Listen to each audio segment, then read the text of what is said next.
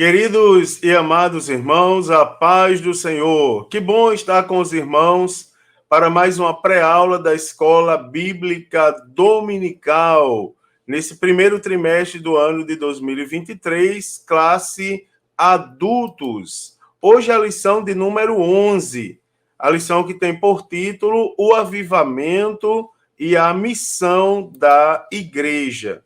O texto áureo para essa lição está no Evangelho de Jesus Cristo, segundo escreveu o evangelista Marcos, capítulo 16 e versículos de número 15 e 16, aonde diz: E disse-lhes: Ide por todo o mundo, pregai o evangelho a toda criatura. Quem crê e for batizado será salvo, mas quem não crer será condenado. A verdade prática para essa lição diz: neste tempo marcado pela falta de fé, a igreja só pode cumprir a sua missão se estiver imersa no avivamento espiritual. Queridos, a leitura bíblica em classe para essa lição está no Evangelho, segundo escreveu João Marcos, capítulo 16, dos versículos 14 ao 20. Onde diz assim: Finalmente apareceu aos 11, estando eles assentados juntamente, e lançou-lhes em rosto a sua incredulidade e dureza de coração, por não haverem crido nos que o tinham visto já ressuscitado. E disse-lhes: Ide por todo o mundo, pregai o evangelho a toda criatura. Quem crê e for batizado será salvo, mas quem não crer será condenado. E estes sinais seguirão aos que crerem. Em meu nome expulsarão demônios, falarão novas línguas, pegarão nas serpentes e, se beberem alguma coisa mortífera, não lhes fará dano algum. E imporão as mãos sobre os enfermos e os curarão. Ora, o Senhor, depois de lhes ter falado, foi recebido no céu e assentou-se à direita de Deus. E eles, tendo partido, pregaram por todas as partes, cooperando com eles o Senhor e confirmando a palavra com os sinais que se seguiram. Amém. Meus amados irmãos, os objetivos dessa lição são conhecer as características que evidenciam o avivamento da igreja primitiva, conscientizar de que o avivamento espiritual é indispensável para proclamar o evangelho sobre o poder do alto, explicar que o genuíno avivamento repercute em evangelização, evangelismo e missões, juntamente com a manifestação dos dons e poder do Espírito Santo. Meus queridos, todos nós sabemos, nós que lemos a Bíblia, que estudamos um pouco da palavra de Deus, sabemos que os discípulos, eles custaram a crer, não é? Acreditar, inclusive, que Jesus Cristo tinha ressuscitado. Eles encontravam-se por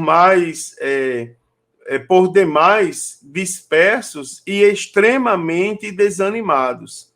Prova é que o texto que acabamos de ler, ele vai nos dizer que Jesus finalmente aparece aos 11 e lança-lhes a incredulidade em rosto. Primeiro que tudo, ele lança-lhes a incredulidade em rosto.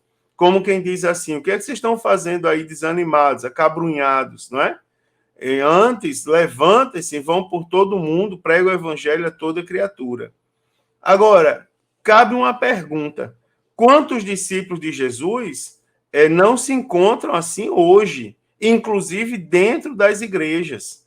Pessoas dispersas dentro da igreja, não conhecem o objetivo que levaram elas para dentro da igreja, não é? Pessoas que se encontram desanimadas, extremamente desanimadas, e por que não dizer em estado de depressão em alguns lugares.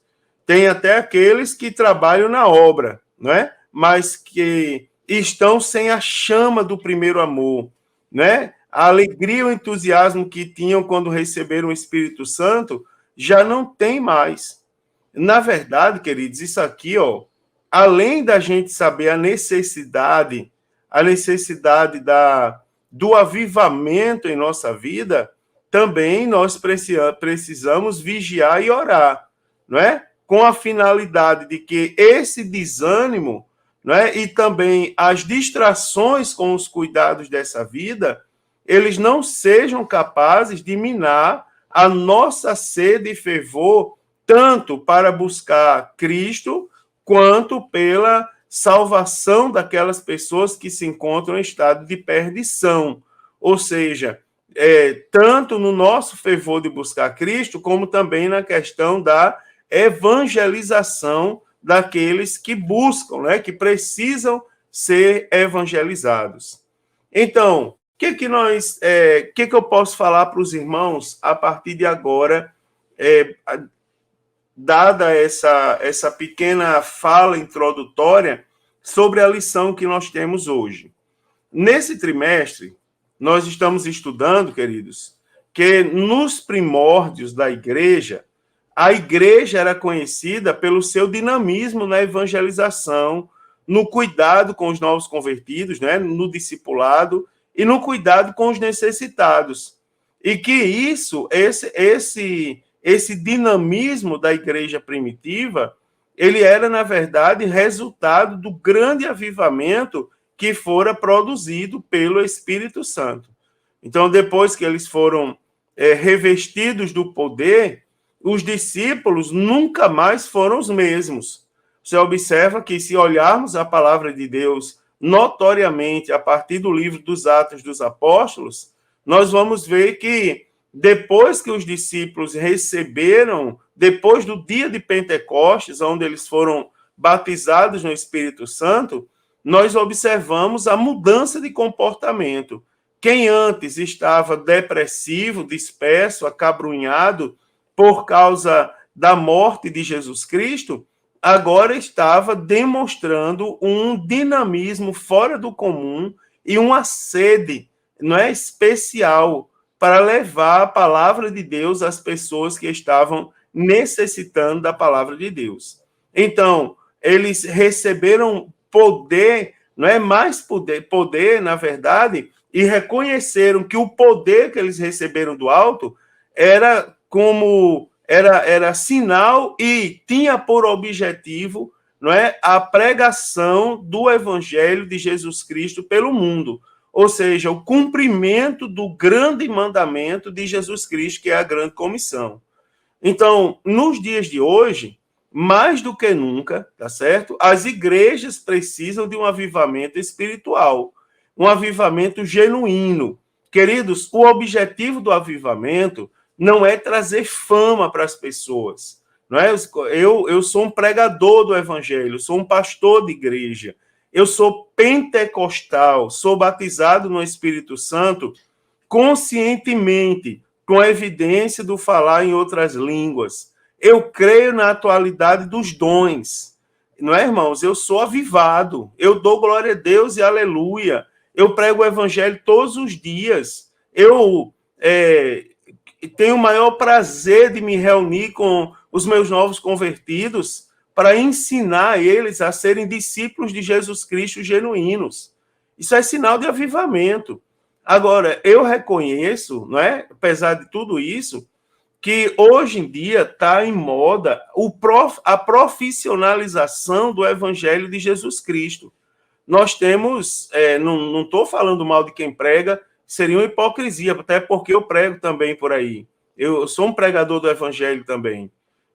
Mas você imagina que nós chamamos para nossas igrejas pessoas para pregar, não por eles serem avivados conforme estamos estudando na lição desse trimestre. Nós chamamos por serem pessoas de fama, né? Por serem pessoas que gritam e supostamente por meio deles acontecem milagres, e nós precisamos disso. Agora nós precisamos ter a consciência que o batismo no Espírito Santo e o avivamento em si, ele tem por finalidade equipar, capacitar o crente a pregar as boas novas de salvação. Então, hoje, mais do que nunca, as igrejas precisam de um avivamento espiritual para proclamar o evangelho de Jesus Cristo no mundo, né? O mundo que está notoriamente também em rebeldia contra Deus. Então, nessa lição, eu quero mostrar para os irmãos justamente a relação entre o verdadeiro avivamento e a missão da igreja do Senhor Jesus Cristo. Também eu quero destacar a importância da evangelização e também as suas implicações, né? Mostrar alguns dos principais erros, né? Não todos, alguns dos principais erros doutrinários acerca da missão da Igreja de Cristo na Terra e também mostrar alguns exemplos do Senhor Jesus, que é o nosso grande referencial de fé. Também mostrar alguns exemplos do apóstolo Paulo, quanto às estratégias na evangelização e a capacitação que todo cristão precisa ter para realizar a sua missão como embaixador do reino de Deus. Uma lição maravilhosa que eu convido os irmãos para estarem aí, né? Para ficarem até o final. Com certeza vamos aprender muito juntos. Primeiro, vamos refletir um pouco sobre a igreja e a sua missão. Então, segundo Orton, ele diz que a igreja é uma comunidade formada por Cristo em benefício do mundo. Jesus Cristo se entregou em favor dela, né? Jesus Cristo se entregou em favor dela, e então a revestiu com o poder do dom do Espírito Santo, a fim de que ela pudesse cumprir o plano e propósito de Deus. Então, aqui nós temos, de forma catedrática e muito clara, não é, irmãos? Qual é a missão da igreja? Jesus Cristo se entregou em favor da igreja, não é? E então revestiu a igreja com o poder do dom do Espírito Santo, com a finalidade de que a igreja pudesse cumprir o plano e o propósito de Deus, que é pregar o evangelho a toda criatura. Então, muitos itens, não é, podem ser incluídos. Dentre eles, o quê? A evangelização, a adoração, a edificação e também a responsabilidade social. Essas 4 palavras aqui, queridos, eu quero destacar para vocês que elas são as missões da igreja. Não é? A igreja não tem uma missão, a igreja tem várias missões. Inclusive, dentro de cada tópico desse, cada ponto desse, existem subtópicos, não é? A evangelização, não é? Dentro do contexto da evangelização, nós podemos ter também o evangelismo, não é? Que é o estudo da evangelização, a capacitação que nós precisamos ter antes de evangelizar. Enfim, nós temos missões, e essas missões são, eu quero destacar para os irmãos o quê? A evangelização, a adoração, a edificação, a responsabilidade social. Eu poderia acrescentar aqui, por exemplo, o discipulado, não é? Também é uma das missões da igreja, por sinal, uma das principais missões da igreja. Agora, pegando especificamente a evangelização, existem 5 textos onde o Senhor Jesus comissiona seus discípulos para essa tarefa subliminar, tá certo? Para essa tarefa extremamente especial.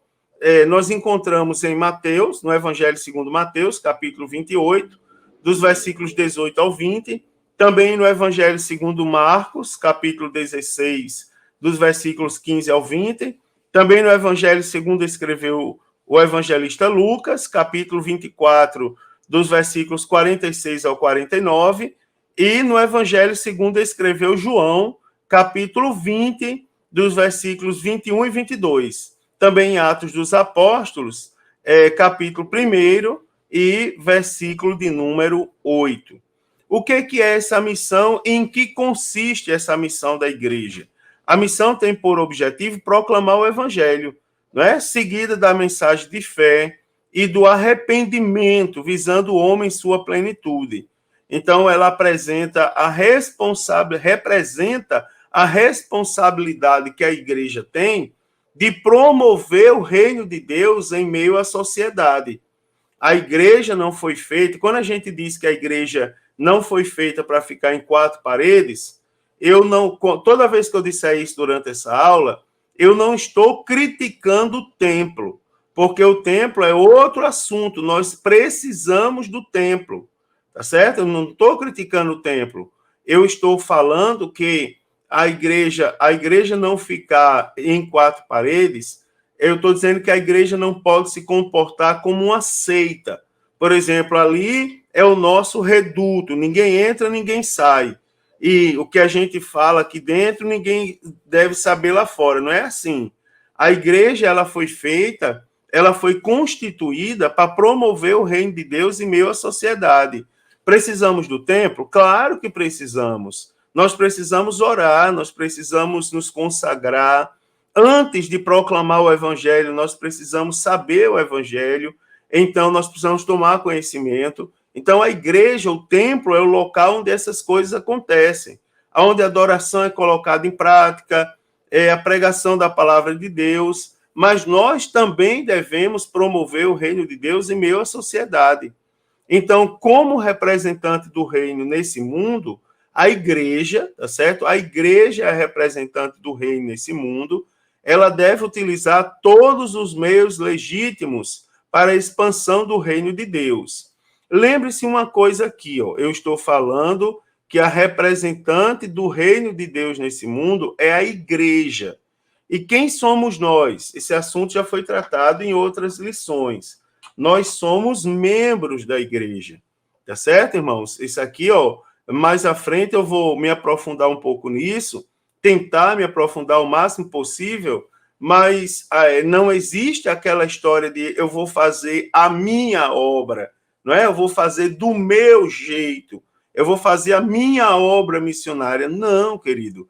Nós somos membros da igreja.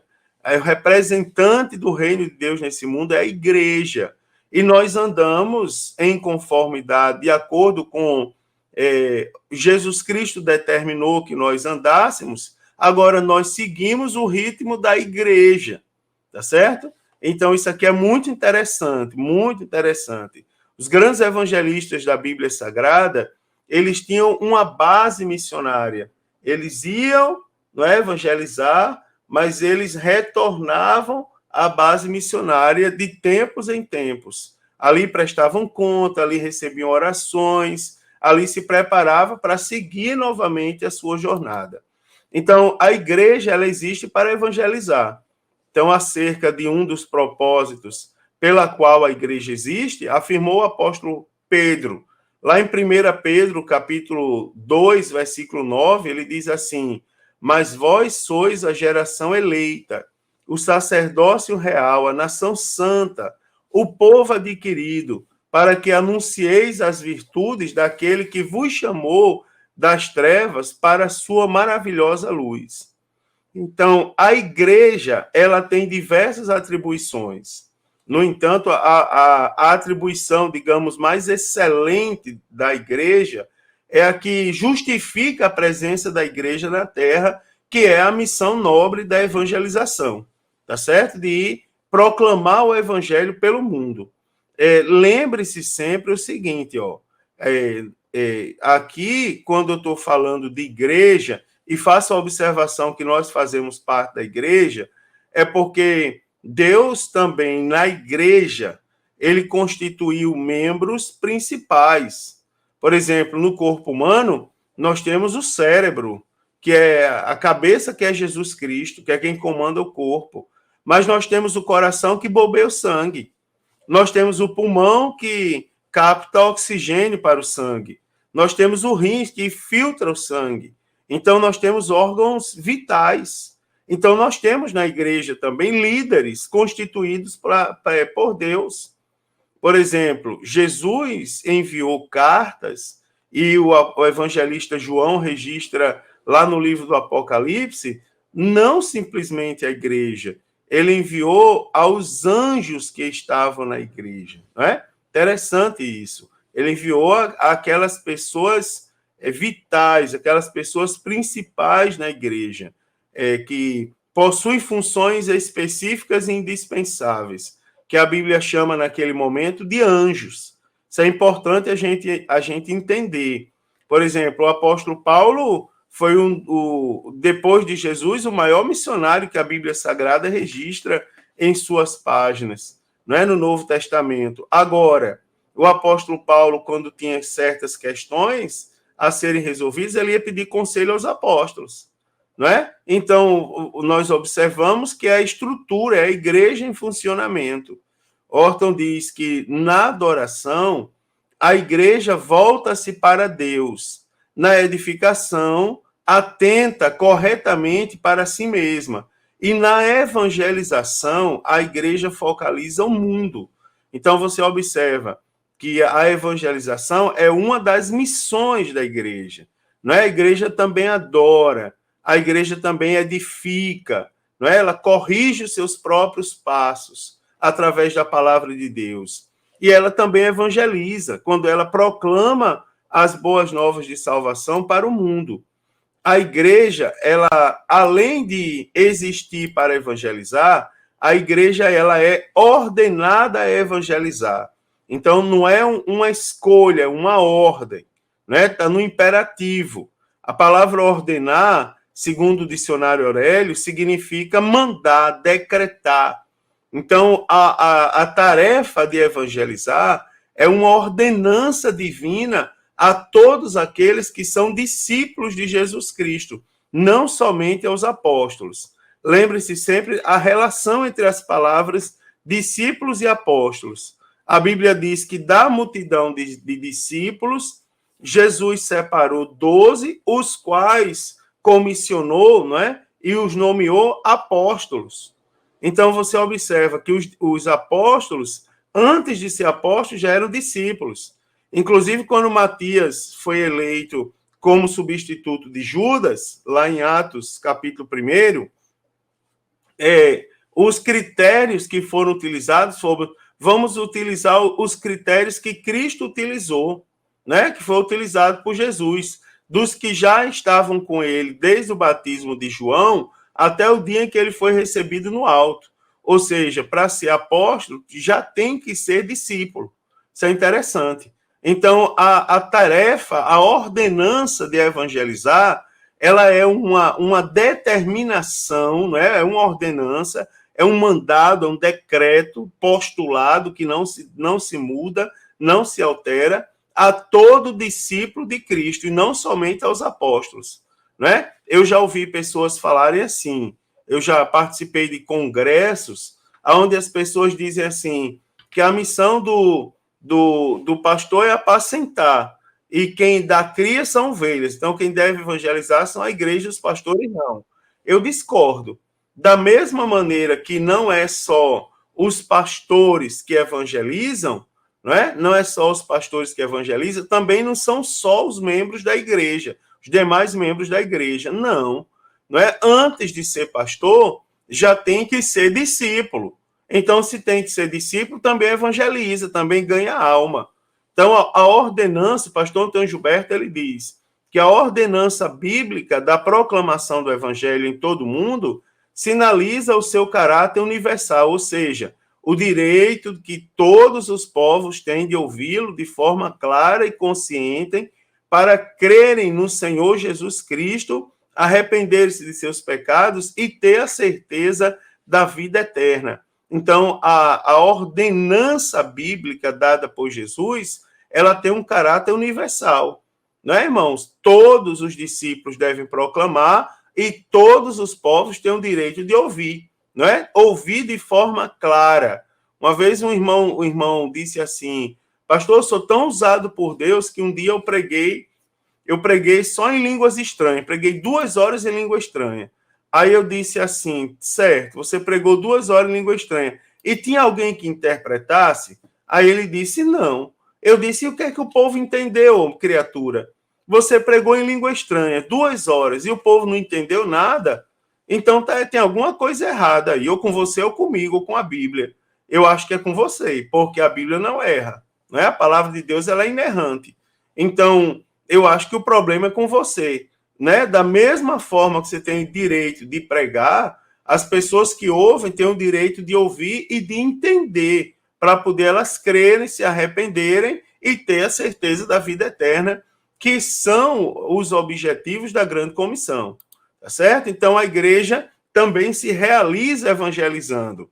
Então, o apóstolo Pedro, ele não podia deixar de falar daquilo que tinha visto e ouvido, mesmo sofrendo afronta de açoites no sinédrio.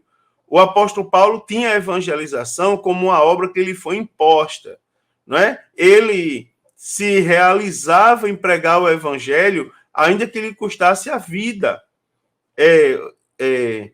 Eu vou destacar um texto para vocês que diz assim: o verdadeiro movimento pentecostal missionário ora pelas missões, contribui para as missões, promove as missões, é um movimento que vai ao campo missionário. A igreja que não evangeliza, muito em breve deixará de ser evangélica, tá certo? Então, a igreja que não evangeliza não pode ser considerada uma igreja evangélica, visto que ela não coloca o evangelho em prática. A igreja só pode continuar existindo, nesse caso, se, se ela evangelizar. Então, como a igreja poderá crescer em número, querido, se não evangelizar? Tá certo? E você observa que tem igrejas que estão tão mortas, tão fracas, que elas não evangelizam, elas não proclamam mais as boas novas. Não é, irmãos? É algo assim, é um funeral de ímpio, não é? Os cultos, você não sente mais a graça, não é? O ânimo que é transmitido por meio da pregação da palavra de Deus. A existência da igreja, ela está diretamente ligada à prática da evangelização. Ao contrário, a igreja não vai perdurar, ela não vai mais existir. Então, se nós pegarmos o livro dos Atos dos Apóstolos, nós vamos perceber claramente os apóstolos inflamados pelo poder pentecostal, não é? Pregando o evangelho, e o pequeno grupo de quase 120 discípulos aumentando de forma extraordinária. Você vê, na primeira pregação do apóstolo Pedro, não é? Depois da experiência pentecostal, nós observamos um grupo de quase 120, aliás, um grupo de quase 3.000 almas, me perdoe, se decidindo por Cristo. Na segunda mensagem, nós observamos mais de 5.000 pessoas se convertendo. Então, o relato do evangelista Lucas, lá em Atos dos Apóstolos, ele disse que a igreja tinha um crescimento extraordinário, porque a evangelização se tornava uma prática constante, não é? Tanto o evangelismo como a evangelização, tanto o ensinamento que a igreja deveria evangelizar e como a igreja deveria evangelizar, como a prática do evangelismo, que é a evangelização, tá certo? Isso aqui é muito bonito para a gente observar. O que aconteceu após a ressurreição de Cristo? Primeiro, o que nós tínhamos, então, depois da ressurreição de Cristo, nós tínhamos os discípulos desanimados. Então, depois da ressurreição, Jesus se apresenta de forma triunfante e gloriosa para os seus discípulos, que estavam o quê? Desanimados, incrédulos, tá certo? Como se estivessem abandonados, como se fossem órfãos, não é? E quando ouviram o testemunho de Maria Madalena, que teve no túmulo de Jesus, não é? E constatado que ele havia ressuscitado, os discípulos simplesmente não acreditaram em Maria Madalena. Eles estavam completamente desolados. Tá certo? No texto que nós lemos hoje de Marcos, capítulo 16, do versículo 10 ao 13, nós vamos ver que eles estavam completamente desolados, desanimados, precisando de uma injeção de ânimo. Então, quem deu essa injeção de ânimo? Jesus, né? Jesus apareceu, né? Depois que ressuscitou, e no meio do clima de incredulidade que dominava a mente dos discípulos, Jesus apareceu onde estavam os 11 reunidos e, com medo dos líderes judeus, e disse-lhes: Paz seja convosco. Você imagina que o evangelista Lucas registra que os discípulos, então, pensavam que estavam vendo algum espírito, até que Jesus mostrou as mãos e os pés perfurados. E mesmo assim, eles não creram que era o Cristo ressuscitado. Você observa a incredulidade, não é? Digamos, o desânimo, a desilusão era tão grande que eles não acreditavam ainda assim que era o Cristo. Não é? Então, depois da ressurreição, Jesus deu aos discípulos um mandado da grande comissão.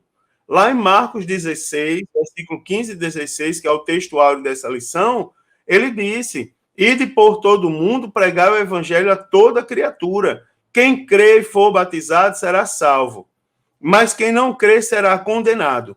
Não é? Então, você observa a grande comissão. O que os discípulos deveriam fazer? Deixa de desânimo, levanta, vai por todo mundo, prega o evangelho a toda criatura. Né? Talvez seja assunto para outra lição, mas eu poderia até colocar como subsídio o que significa pregar o evangelho. É coisa, irmão, que a gente não pode também deixar cair no esquecimento. Né? O que é pregar o evangelho? O irmão chegou para mim e disse assim: pastor, eu estava quase sendo apedrejado, porque eu peguei um microfone, fui para a rua, comecei a falar dos adúlteros, dos prostituídos e de vários outros subgrupos aí, e o povo passava e me xingava e ameaçava jogar pedra, ameaçava bater. Claro, querido, você vai apanhar mesmo, rapaz. Você vai apanhar. Isso não é o evangelho. Prega o evangelho. Deus amou o mundo, Jesus te ama. Né? Jesus te ama. Fala as 4 verdades. Né? O pecado fez separação entre Deus e o homem. Deus providenciou algo. Né? Deus enviou Jesus. E agora a última verdade, nós precisamos aceitá-lo. Né? Fala as 4 verdades, rapaz. Prega o evangelho, fala o plano da salvação. Então, naquela ocasião, você observa que algumas coisas nós não podemos esquecer. Porque quando Jesus comissiona a igreja para pregar o evangelho, ele não comissiona uma igreja fraca, ele não comissiona uma igreja derrotada, ele não comissiona uma igreja desprovida de sinais. Muito pelo contrário. Jesus prometeu sinais e milagres que autenticariam o seu ministério por meio da igreja. Né? E esses sinais, eles estão à disposição de todos os que creem, em todos os tempos e todos os lugares. Lembra que Jesus falou? E esses sinais seguirão os que creem em meu nome. Expulsarão demônios, curarão enfermos, falarão novas línguas, pegarão em serpentes e escorpiões. Não é? E ainda que beba alguma coisa mortífera, não lhe causará dano algum. Então, depois do dia de Pentecostes, o que nós temos? Os discípulos pregando com unção, os discípulos expulsando demônios, os discípulos curando enfermos. Né? O apóstolo Paulo e Silas, eles foram poderosamente usados por Deus. Filipe, você observa, curou muitos enfermos. Não é? Então, nós temos vários outros fatos que demonstraram que a igreja de Jesus, ela receberá o poder, o avivamento espiritual, que é indispensável para pregar o evangelho, Você vai ver, queridos, olhe como isso é interessante, guarde isso aí.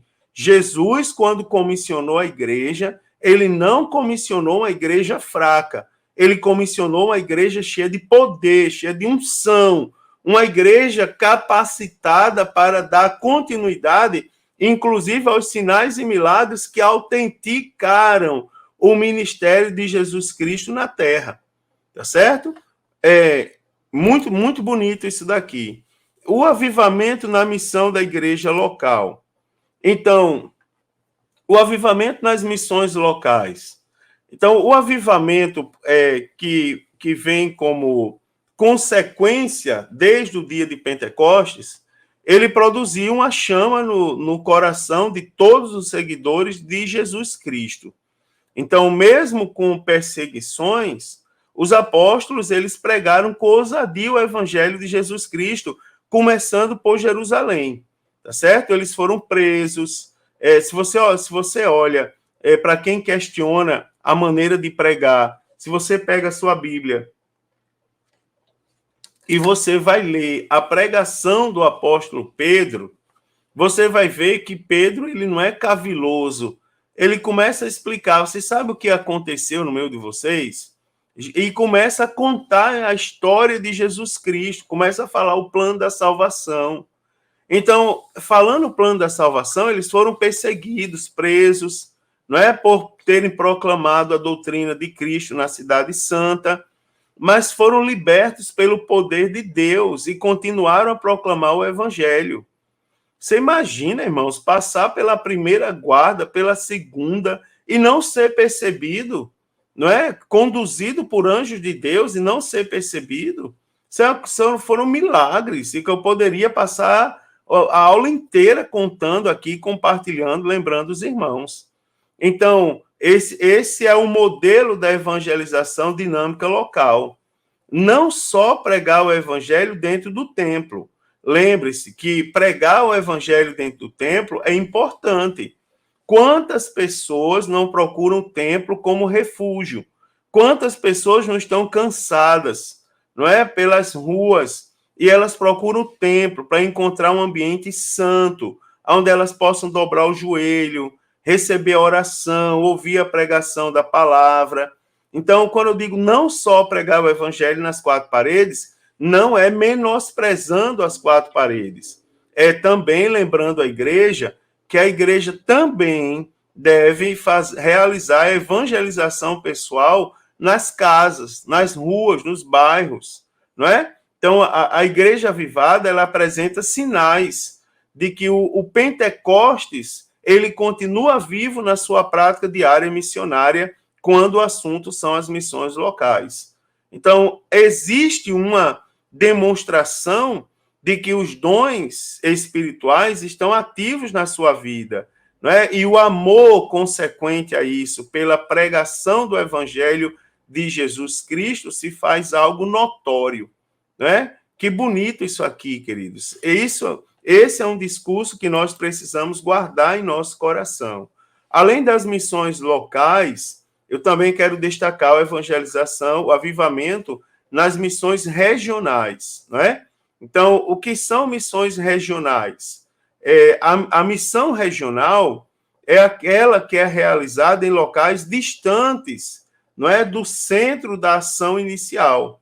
Então, no Estado brasileiro, nós temos o meio urbano, tá certo? O meio urbano, que para a igreja local é alvo das missões locais, e nós temos o meio, por exemplo, rural, não é? O meio rural poderia se enquadrar nas missões regionais. Então, no Estado brasileiro existem diversos municípios e cidades do interior, né? São as nossas Judéias e Samarias, que devem ser alcançadas também pela evangelização. Então, depois de impactar Jerusalém, que é a nossa cidade, que é o nosso meio urbano, que é o alvo da nossa missão local, então, após nós impactarmos a nossa igreja local com a mensagem do evangelho, os discípulos também levam a mensagem a outros lugares, tá certo? Então, além das missões locais e regionais, as missões regionais, hoje em dia, tá certo? Nos dias de hoje, nós esperamos que Deus desperte as igrejas locais, né, em centros metropolitanos, em cidades de porte médio e em municípios de pequeno porte, para evangelizarem, cumprindo a grande comissão. Desejamos que isso aconteça sem que seja necessário haver uma grande perseguição, né, irmãos? Para poder a gente despertar. Nós ainda, apesar de uma série de exigências que já se faz necessário em vários lugares onde nós pregamos a palavra, então, no sentido geral, ainda desfrutamos de liberdade constitucional para expressar nossa fé e proclamar o evangelho a toda criatura. não é? Em todos os lugares, cidades, estados, distritos. Então, nós temos que continuar em oração para que o Brasil seja uma nação que, de fato, se renda a Cristo. Em termos missiológicos, em dados estatísticos dessa área, lembre-se que o Brasil é o país onde existe a maior concentração uma grande concentração de crentes pentecostais. Agora, apesar da grande e notória concentração de crentes pentecostais, que em termos percentuais torna maior do que em qualquer outro lugar do mundo, o Brasil também é o país das maiores seitas do mundo, tá certo? De grandes seitas, de grandes movimentos religiosos que nós temos em nossa volta. O avivamento também deve ser notório nas missões transculturais, tá certo? Então, em Atos 1 e 8, Jesus disse que seus discípulos deveriam levar a mensagem até os confins da terra. Né? Eles ganharam almas para Cristo, abriram igreja na Fenícia, em Chipre e em Antioquia. Né? A primeira igreja missionária. A igreja em Antioquia, ela realizava as missões locais, as missões urbanas, ou missões urbanas, não é? Missões locais também são chamadas de missões urbanas, e muitas pessoas aceitaram a Cristo como Salvador, Senhor e Salvador. Então, por causa da igreja, do crescimento da igreja em Antioquia, os discípulos mandaram Barnabé para lá. Né? Aquela igreja tornou-se a primeira igreja missionária. Então, Barnabé e Saulo foram os primeiros missionários enviados para as missões transculturais. Né? Foram enviados pela igreja. Isso é muito importante falar. Então, é através de Paulo que a igreja, que a Europa pré-cristã, se tornou um continente cristão. Então, como nós estudamos na lição anterior, Deus levantou homens na unção do Espírito Santo, e esses homens foram responsáveis pela evangelização no velho continente. Agora, a evangelização e decadência espiritual da Europa. A partir da Europa, não é notório isso, quando estudamos história da igreja, o evangelho se espalha para o mundo, né? Chegando à América com os peregrinos, né? Também alcançou a África, onde se destacou ali David Livingstone, né? De 1841 a 1873, que ganhou muitas almas para o reino de Deus. Então, foram movimentos espirituais tão extraordinários que eles se espalharam para outras partes com um poder, com um fervor impressionante. Hudson Taylor foi um missionário na China, de 1853 a 1905. E existiram outros missionários que também deram suas vidas pela obra missionária transcultural a partir da Europa. Agora, por falta de amor e interesse pela evangelização constante e intensiva, a Europa, que deu tantos missionários ao mundo, né, ela se transformou em pós-cristã, ou seja, tornando-se um dos lugares mais carentes do evangelho de Jesus Cristo pelo mundo. O que aconteceu na Europa? Os crentes se acomodaram, né, irmãos? Os crentes deixaram de buscar o avivamento espiritual, conforme, inclusive, está registrado na palavra de Deus no segundo livro das Crônicas, capítulo 7, versículo 14. Então, há países no velho continente, na Europa, em que nem 5% das pessoas frequentam qualquer igreja, né? E as leis nesses países também, todas elas são contra, né? Elas agem contra os principais princípios do cristianismo. É uma coisa terrível isso daqui. Assim, há um clamor pelo avivamento espiritual. Então, as missões transculturais, elas são as atividades missionárias que cumprem a última etapa da missão da igreja, não é? Que é levar o evangelho até os confins da terra. elas concretizam o id imperativo de Jesus, não é? As missões transculturais, que Jesus ordenou aos seus discípulos para que eles fossem por todo o mundo e pregassem o evangelho a toda criatura. Então, esse objetivo missionário, essa meta, ela só pode ser alcançada se houver um avivamento espiritual em todas as igrejas. E esse avivamento espiritual deve começar pelos pastores, pelos líderes, não é pelos dirigentes. Eles devem motivar, eles não devem deixar morrer a chama do avivamento. Então, que Deus reaviva a sua obra pelo mundo. Nós temos que orar como orou o profeta Abacuque, né? Lá em Abacuque 3, capítulo 3, versículo 2, quando ele diz: ouvi, Senhor, a tua palavra e temi. Aviva, ó Senhor, a tua obra no meio dos anos. No meio dos anos, a notifica. Na ira, lembra-te da misericórdia. Alguns equívocos, não é? Tomando conhecimento da importância do avivamento na prática das missões da igreja, notoriamente na missão da evangelização e das missões, tanto missões locais ou urbanas, missões regionais e missões transculturais, nós podemos analisar aqui alguns equívocos acerca da missão da igreja na Terra, não é? Levando em consideração que, no decorrer da história, alguns equívocos acerca da missão da igreja foram surgindo. Eu vou destacar 3 para os irmãos. Lembrando que esses equívocos, eles esculhambam o entendimento da própria igreja acerca da sua própria missão. O primeiro equívoco é que a igreja deve exercer o papel do Estado.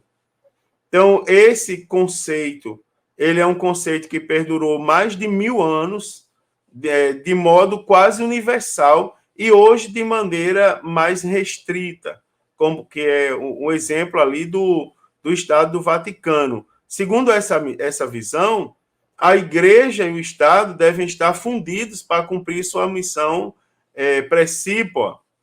E esta é uma linha de pensamento que ela trouxe, queridos, sérios prejuízos históricos e doutrinários na compreensão da visão correta do reino de Deus. Jesus deixou claro que o seu reino não é deste mundo, né, irmãos? E ele não veio para fundar nenhum Estado cristão. Então, embora saibamos que no seu reino milenial será instaurado no final da grande tribulação, é o período de 1000 anos onde o Jesus Cristo governará. Antes disso, antes do período do milênio, não há qualquer indício, incentivo, tá certo? Mandamento, coisa desse tipo, que oriente a igreja a fundar um Estado, a exercer um papel do Estado. Não, a igreja ela deve proclamar a palavra. Quem vai instituir um período de 1000 anos como governante é o próprio Cristo, não somos nós. Segundo equívoco é que a igreja deve se isolar completamente da sociedade.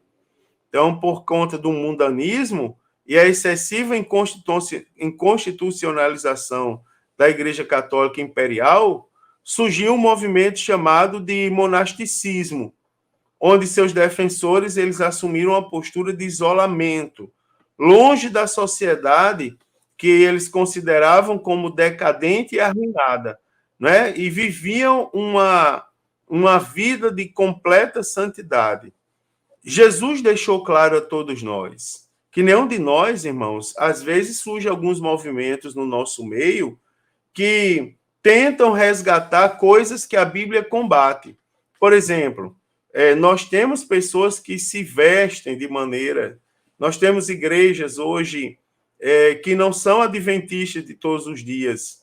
Nós temos igrejas nossas que pregam o adventismo pelo 7º dia, ou seja, que Jesus vai voltar no 7º dia, quando a Bíblia nos ensina claramente que nós devemos ser adventistas todos os dias, todas as horas, porque Jesus pode voltar a qualquer momento. E, além do mais, Jesus deixou claro que nós não temos opções.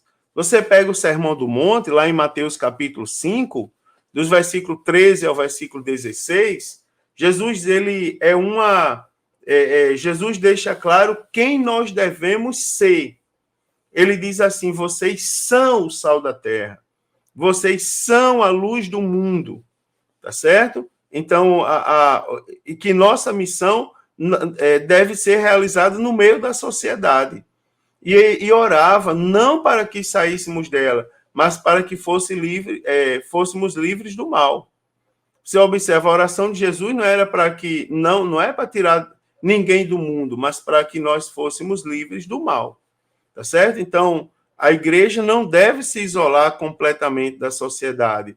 Ela antes tem que ser sal da terra e luz do mundo. Terceiro equívoco é que a igreja deve promover a salvação através da assistência social. Então, essa visão, ela valoriza exclusivamente o bem-estar físico, não é? Ele observa apenas a assistência social e a luta pela causa dos menos favorecidos. Segundo os defensores desse equívoco doutrinário, é do pobre o lugar da salvação e a justiça social tem que ser implantada através da luta e da força. Essa é a chamada teologia da libertação. E sua versão protestante, não é? É a famosa teologia da missão integral, que tem atrapalhado a mente de muita gente. Agora, o objetivo de Deus é que todos sejam alcançados pelo Evangelho. Não só os pobres, não é, irmão? Todas as classes sociais devem ser alcançadas para o Evangelho. E tem outro detalhe: a assistência social é uma das missões da igreja. Agora, não é requisito para a salvação. Não é, irmãos? Precisa entender isso daí. A evangelização ela não pode ter preferência por lugares. Você observa, no ministério de Cristo, né, a gente tem, vamos tomar, por exemplo, aqui o ministério de Cristo. Né? Então, em todas as referências que são alusivas à evangelização, nós não encontramos em nenhuma delas Jesus fazendo distinção de lugares. Não é? Senão, Jesus ordena aos discípulos que levassem as boas novas a todos os homens. Não é? É lógico que existem aquelas pessoas que são mais tendenciosas, naturalmente, a evangelizar em determinado grupo de pessoa. Agora, não é porque eu tenho facilidade para falar mais para determinado tipo de pessoa que eu despreze as demais. Então, Jesus não fazia diferença entre evangelizar áreas rurais ou urbanas. A Bíblia diz lá em Lucas 13:22 que ele percorria todas as cidades e aldeias, ensinando e caminhando para Jerusalém. Então, os evangelhos nos mostram que Jesus pregou nas aldeias. Além das aldeias, ele também pregou nas cidades. Quer cidades pequenas, não é? De pequena ou de grande importância. A gente pode citar alguns exemplos. Por exemplo, a cidade de Nazaré, Cafarnaum, Corazim, Betsaida, Jerusalém, né? Então, todos os que procuraram propagar a palavra de Deus, todos os que quiserem fazer isso, têm por obrigação seguir o exemplo de Cristo, tá certo? De cuidar que nenhuma das regiões sejam negligenciadas, a fim de fazermos notória a mensagem de Cristo ao maior número de pessoas. Eu vou ilustrar isso daqui com uma experiência que eu vivi com um pastor, um dirigente de uma congregação, tinha função pastoral, e um dia roubaram a igreja que ele dirigia. E eu achei interessante aquilo ali, porque num culto de domingo à noite, durante o dia identificaram quem tinha roubado a igreja. E acredite, o rapaz que roubou a igreja foi para o culto domingo à noite. E o que me chamou a atenção é que aquele dirigente chamou toda a igreja para frente do templo para receberem uma oração. E ele começou a profetizar para as pessoas. Fulano, Deus está mostrando isso. Fulano. Quando chegou na vez da pessoa que tinha roubado a igreja, ele disse assim, não, para você não tem bênção nenhuma, não. Para você saia da fila. Então, é como se a gente adotasse esse pensamento para cidades e localidades. Lembre-se que Jesus não fez acepção de cidades ou aldeias, de lugares urbanos ou lugares mais interioranos. Embora o ministério, boa parte do ministério de Cristo se concentrou em meio urbano, mas ele não fez acepção de pessoas, ele também pregou em aldeias sem nenhum problema. Também no apóstolo Paulo, né? O apóstolo Paulo, ele foi que nós podemos chamar de exímio evangelizador de áreas urbanas, né? O apóstolo Paulo, notoriamente na direção do Espírito Santo, porque a Bíblia diz que tinha horas que o apóstolo Paulo desejava ir e o Espírito Santo mandava ele ficar. Teve experiências que ele quis ir para um lado, o Espírito Santo mandou para o outro. Então, embora ele, na direção do Espírito Santo, ele se dispôs a levar a mensagem do Evangelho a grandes cidades, dentre as quais nós podemos citar, por exemplo, a cidade de Corinto, né? A cidade fundada por Paulo durante sua segunda viagem missionária. Nessa cidade ele permanece por 18 meses, foi auxiliado ali diretamente por Priscila e Áquila, dentre outros obreiros, e apesar das oposições que sofreu, o apóstolo Paulo pregou o evangelho e muitas conversões aconteceram na cidade de Corinto. Não é? Deus o consolou, dizendo que tinha muito povo naquela cidade. Também a gente pode destacar a cidade de Filipos, tá certo? Então, Lucas, ele nos mostra a cidade de Filipos como a primeira cidade dessa parte da Macedônia, e é uma colônia, né? O que nos deixa claro que era uma cidade de grande importância política. Então, Filipos ficava localizado na parte oriental da Macedônia e constituía-se, naquele período, como a porta de entrada da Europa. Agora, para terminar essa lição tão maravilhosa, eu quero falar da capacitação da igreja. Então, a Bíblia registra uma promessa feita por Deus que haveria de inaugurar uma nova etapa do seu relacionamento com a humanidade. Então, o Espírito Santo seria derramado mais plenamente nos seus servos, passaria a habitá-los e a capacitá-los de forma especial. Lembramos que no Antigo Testamento, o Espírito Santo tão somente vinha sobre os filhos de Israel a fim de capacitá-los para um fim específico. No Novo Testamento, isso mudou. Né? O Espírito não estaria apenas conosco, mas em nós. E a capacitação é ampliada. Em Lucas, no Evangelho segundo escreveu o evangelista Lucas, capítulo 24, versículo 49, assim como em Atos dos Apóstolos, também da autoria de Lucas, capítulo 1, versículo 8, nós encontramos Jesus confirmando a promessa do Pai aos seus discípulos que os capacitaria para a obra que eles deveriam realizar. Então, para isso era necessário que Jesus fosse ao Pai e rogasse pela vinda do outro Consolador, né? Para que estivesse conosco, ou seja, com seus servos, com a vinda do Espírito Santo. Então, para estar com a igreja, para ficar com a igreja, o Senhor Jesus iria conceder ao seu povo aquilo que seria necessário para realizar a sua missão aqui na terra até a sua vinda. A recomendação foi que eles ficassem em Jerusalém esperando a promessa do Pai. Né? Então, os discípulos aguardaram e experimentaram em si mesmos o batismo no Espírito Santo. E avivados pelo Espírito, eles saíram, então, para proclamar as boas novas pelo mundo. Que nós, né, irmãos, possamos estar com o coração aberto para sermos também capacitados a cada dia, cada instante, pelo Espírito Santo, para cumprirmos a nossa missão de pregar o Evangelho a toda criatura com o máximo de excelência possível.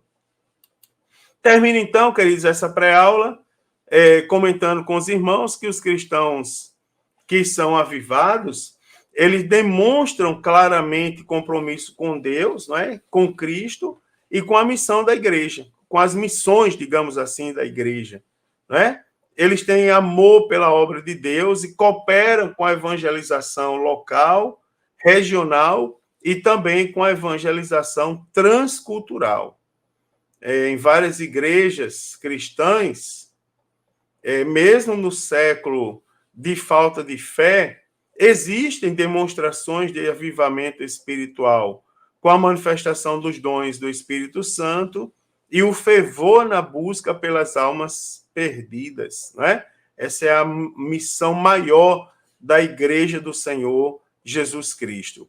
Só lembrando aos irmãos que nós devemos utilizar dos diversos canais legítimos que dispomos para que a mensagem de Cristo possa alcançar o maior número de pessoas.